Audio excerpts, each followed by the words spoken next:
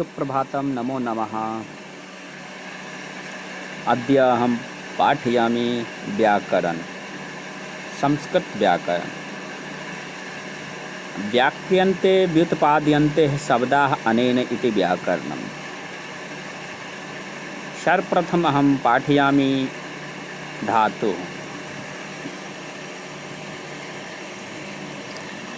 क्रियास्थाने प्रयुक्तः शब्दः धातु शब्दः भवति। क्रिया के मूल रूप को धातु कहते हैं। जैसे कि पठ का अर्थ होता है पढ़ना। पठ का अर्थ क्या होता है? पढ़ना। और लट लकार वर्तमान काल में इसका धातु रूप चलता है तीतः अंति। अब देखिए, तीतः अंति यदि आपको याद हो गया तो आप कोई भी धातु चला सकते हैं लट लकार में। तीतः अंति पठ में जोड़ पठ जोड़ अति पठति, पठ जोड़ अतः पठतः, पठ जोड़ अंति पठन्ति। इस प्रकार से हम बना सकते हैं।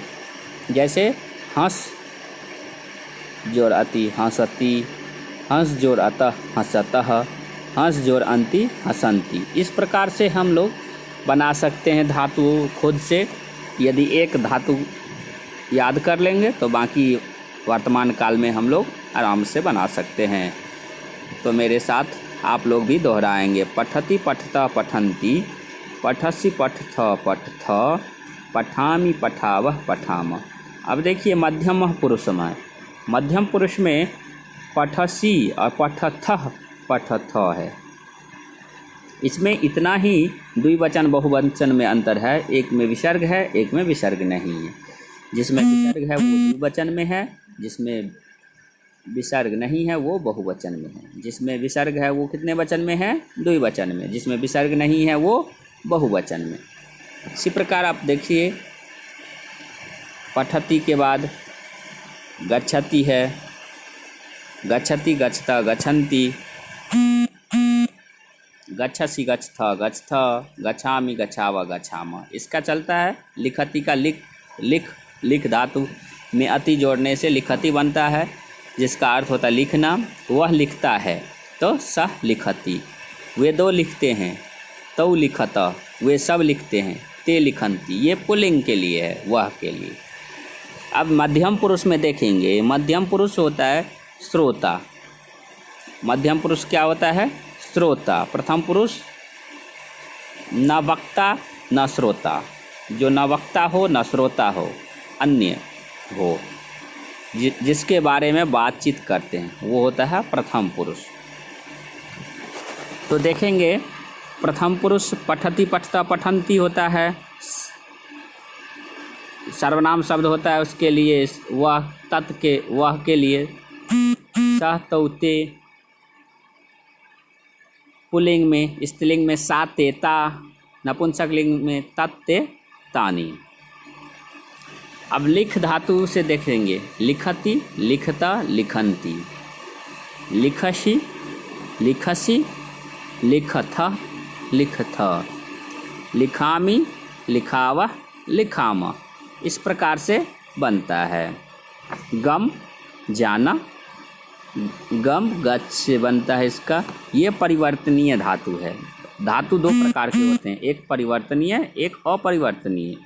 तो परिवर्तनीय का अर्थ होता है, जो देखिए आप यहाँ लिखा है गम और रूप बनता है गच्छति गच्छता गच्छन्ति, तो इसे परिवर्तनीय कहते हैं। अपरिवर्तनीय देखिए, जैसे लट लकार में है पठ धातु,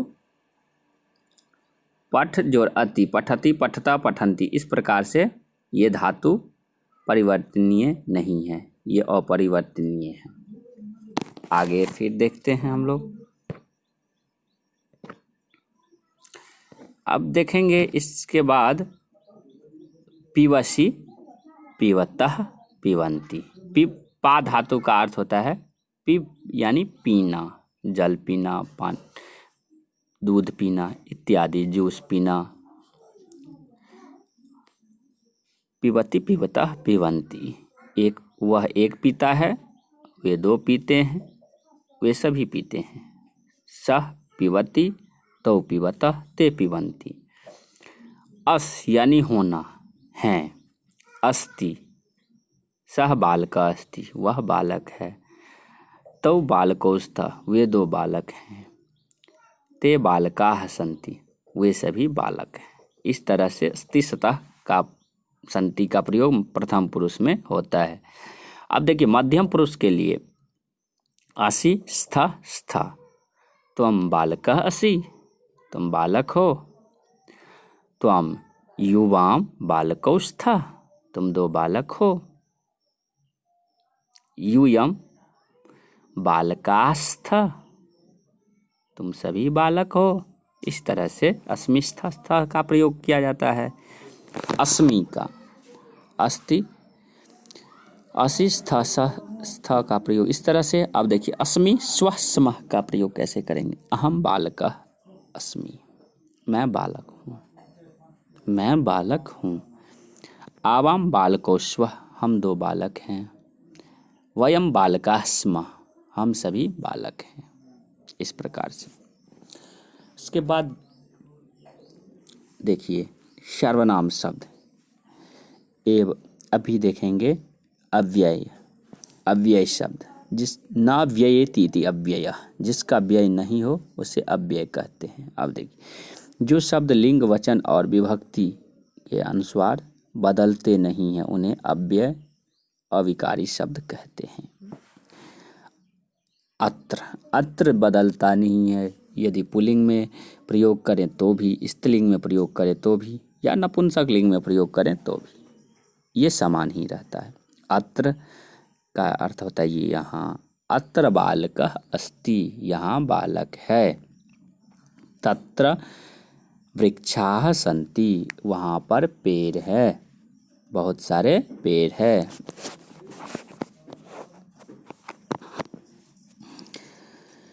कुत्र कहाँ, रमा कुत्र गच्छति, रमा कहाँ जाती है। कुत्र कहाँ, सर्वत्र, ईश्वरः सर्वत्र अस्ति, ईश्वर सभी जगह है। अहम अपि गच्छामि, मैं भी जाता हूँ। च और रामः श्यामः च विद्यालयम् गच्छतः, राम और श्याम कहाँ जाते हैं तो विद्यालय जाते हैं। न नहीं, अधुना न गच्छामि, अभी नहीं जाऊंगा, जाता हूँ। सदा हमेशा, सदा सत्यम वद। अत्र एतादृशम वाक्य रचना।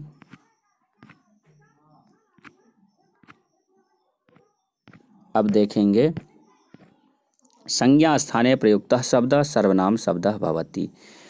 इसको याद कर लेंगे। सह वह एक, तौ वे दो, ते वे सब। प्रथम पुरुष स्त्रीलिंग में सा वह एक, ते वे दो, ता वे सब। और नपुंसक लिंग में देखेंगे तत् वह एक, ते वे दो, तानि वे सब। वाक्य प्रयोग यदि करेंगे सह तानि, सह पठति, तौ पठत, ते पठन्ति। इस प्रकार से करेंगे।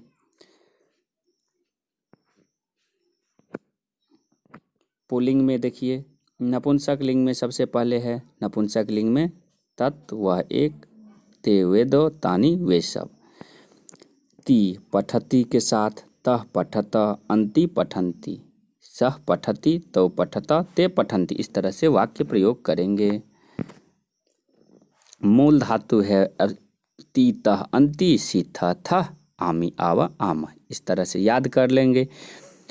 अब देखिए यहाँ पे भी दिया हुआ है प्रथम पुरुष एक वचन में सह सा तत्। स होता है पुल्लिंग में, सा होता है स्त्रीलिंग में, तत् होता है नपुंसक लिंग में। इन सभी के साथ क्या लगता है ती। फिर सह हसति, सा वदति, तत् फलम पतति। पतति का अर्थ होता है गिरता है। द्विवचन में देखिए तौ के साथ ते इस प्रकार से लगाएंगे। ते के साथ तह, तौ हंसत, ते लिखत, ते फले पतत। बहुवचन ते ताह तानी, ते के साथ ताह लगे, ते ताह तानी अंति। ते पठन्ति, ताः नमन्ति, तानि पुस्तकानि।